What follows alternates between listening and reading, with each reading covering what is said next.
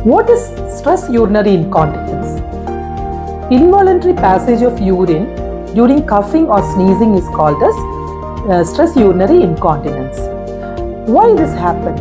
Mostly it happens in post-delivery, after the delivery, when the pelvic floor becomes very weak, and also at the time of menopause. For this, effective treatment is available.